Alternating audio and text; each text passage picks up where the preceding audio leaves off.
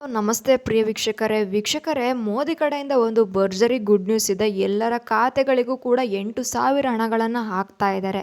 ನರೇಂದ್ರ ಮೋದಿಯವರು 8,000 ರೂಗಳನ್ನು ಹಾಕ್ತಾ ಇದ್ದಾರೆ. ಅದು ಹೇಗೆ, ಯಾವ ಥರ ಅಂತೇಳಿ ಕಂಪ್ಲೀಟಾಗಿ ಈ ವಿಡಿಯೋ ಮುಖಾಂತರ ಹೇಳ್ತೀನಿ. ಎಲ್ಲರೂ ಕೂಡ ಈ ವಿಡಿಯೋ ಫುಲ್ನ ನೋಡಿ. ಈ ವಿಡಿಯೋ ಇಷ್ಟ ಆದರೆ ಒಂದು ಲೈಕ್ ಮತ್ತು ಸಬ್ಸ್ಕ್ರೈಬ್ನ ಕೊಡಿ. ಬನ್ನಿ ನೇರವಾಗಿ ವಿಡಿಯೋಗೆ ಹೋಗೋಣ. ಸ್ನೇಹಿತರೆ, PM ಕಿಸಾನ್ ಮುಖಾಂತರ ನಮ್ಮ ರೈತರಿಗೆ 6,000 ಹಣಗಳನ್ನು ಕೊಡ್ತಾಯಿದ್ರು. ವಾರ್ಷಿಕವಾಗಿ ಅಂದರೆ ವರ್ಷಕ್ಕೆ 6,000 ಹಣಗಳನ್ನು ಕೊಡ್ತಾಯಿದ್ರು. ರೈತರಿಗೆ ಕೃಷಿ ಕೆಲಸಕ್ಕೆ ಸಹಾಯವಾಗಲಿ, ಅವರು ಮುಂದೆ ಬರಲಿ, ಅನ್ನದಾತರು ಅಂತ ಹೇಳಿ 6,000 ಹಣಗಳನ್ನು ನರೇಂದ್ರ ಮೋದಿಯವರು ಕೊಡ್ತಾಯಿದ್ರು.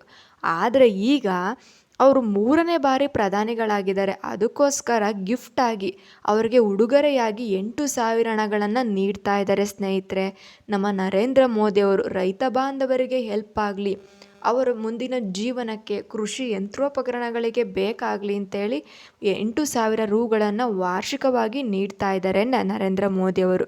ಇದ್ರ ಬಗ್ಗೆ ಈಗಾಗಲೇ ಏನು ನಿರ್ಮಲಾ ಸೀತಾರಾಮನ್ ನಮ್ಮ ಹಣಕಾಸಿನ ಅವರು ಒಬ್ಬ ಮುಖ್ಯಸ್ಥರು ಅವ್ರ ಹತ್ರ ಮಾತಾಡಿದ್ದಾರೆ. ಹಾಗೆ ರಾಜಸ್ಥಾನದ ಒಬ್ಬ ಕೃಷಿ ಸಚಿವರಿದ್ದಾರೆ, ಅವ್ರ ಜೊತೆ ಚರ್ಚೆಗಳನ್ನು ಮಾಡಿದಾರಂತೆ. ನೋಡಿ, ಈ ಬಗ್ಗೆ ಒಂದು ಕ್ರಮವನ್ನು ಕೈ ತಗೊಳ್ಳಿ. ನೀವು ಇದ್ರ ಬಗ್ಗೆ ಚರ್ಚೆಯನ್ನು ಮಾಡಿ ಒಂದು ಲೀಸ್ಟ್ನ ರೆಡಿ ಮಾಡ್ಕೊಳ್ಳಿ. ನಾವು ರೈತರಿಗೆ ಎಕ್ಸ್ಟ್ರಾ ಹಣವನ್ನು ಕೊಡಬೇಕು. ಅವರಿಗೆ ಇನ್ನೂ ಕೂಡ ಕೃಷಿ ಯಂತ್ರೋಪಕರಣಗಳನ್ನ ತೊಗೊಬೇಕು ಅವರು.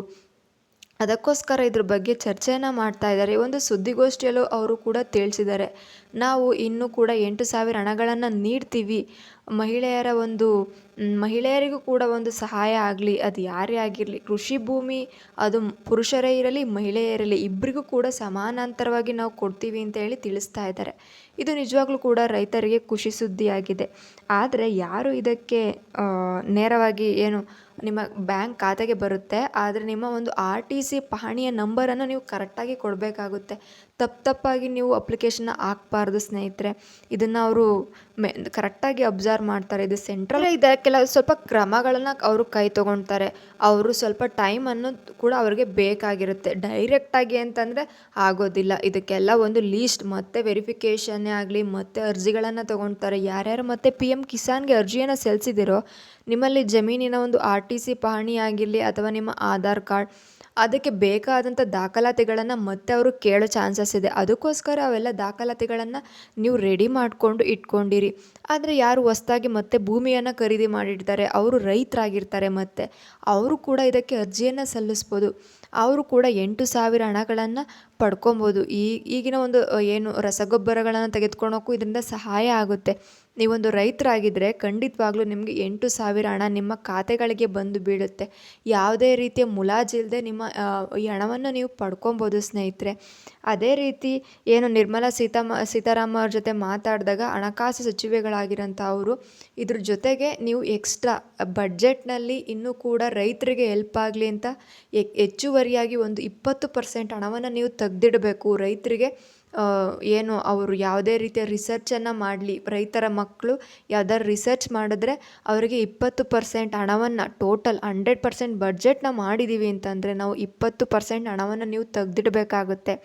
ಅವರ ಮುಖೇನ ಅವರಿಗೆ ಹೋಗಿ ಸಲ್ಲಬೇಕು ಇದು ಅಂತ ಹೇಳಿದಾರಂತೆ. ಹೌದು ಸ್ನೇಹಿತರೆ, ಇದು ನಿಜವಾಗ್ಲೂ ಕೂಡ ಹೆಲ್ಪ್ ಆಗಿರುತ್ತೆ. ರೈತರ ಮಕ್ಕಳಿಗೂ ಕೂಡ ಇದು ಬೇಕಾಗಿರುತ್ತೆ, ಅತ್ಯವಶ್ಯಕ. ನಾವು ರೈತರ ಮಕ್ಕಳು ಅಂದಿದ ತಕ್ಷಣ ನಮಗೆ ಯಾವುದೇ ರೀತಿಯ ಉಪಯೋಗವೇ ಇಲ್ಲ. ನಮಗೆ ಯಾವುದೇ ರೀತಿಯ ಸವಲತ್ತುಗಳು ಕೂಡ ಸಿಗೋದಿಲ್ಲ. ಇನ್ಮುಂದೆ ಹಾಗಾಗೋದಿಲ್ಲ. ಇನ್ಮುಂದೆ ಎಲ್ಲ ಸವಲತ್ತುಗಳು ಕೂಡ ನಿಮಗೆ ಸಿಗುತ್ತೆ. ಇದೊಂದು ಭರ್ಜರಿ ನ್ಯೂಸ್ ಆಗಿದೆ ಸ್ನೇಹಿತರೆ. ನೋಡಿ, ಇದೇ ರೀತಿಯ ಒಂದು ಅಪ್ಡೇಟ್ಗಾಗಿ ನಮ್ಮ ಚಾನಲನ್ನು ಸಬ್ಸ್ಕ್ರೈಬ್ ಮಾಡ್ಕೊಳ್ಳಿ. ಈ ವಿಡಿಯೋ ಇಷ್ಟ ಆದರೆ ಲೈಕ್ ಮಾಡಿ, ಸಬ್ಸ್ಕ್ರೈಬ್ ಮಾಡ್ಕೊಳ್ಳಿ. ಆದಷ್ಟು ನಿಮ್ಮ ಫ್ರೆಂಡ್ಸ್ಗೆಲ್ಲ ಈ ವಿಡಿಯೋನ ಶೇರ್ ಮಾಡಿ. ತುಂಬ ಒಳ್ಳೆಯ ಮಾಹಿತಿಗಾಗಿ ನಮ್ಮ ಚಾನಲ್ನ ಕಂಟೆಂಟ್ನ ನೋಡ್ತಾ ಇರಿ. Thank you.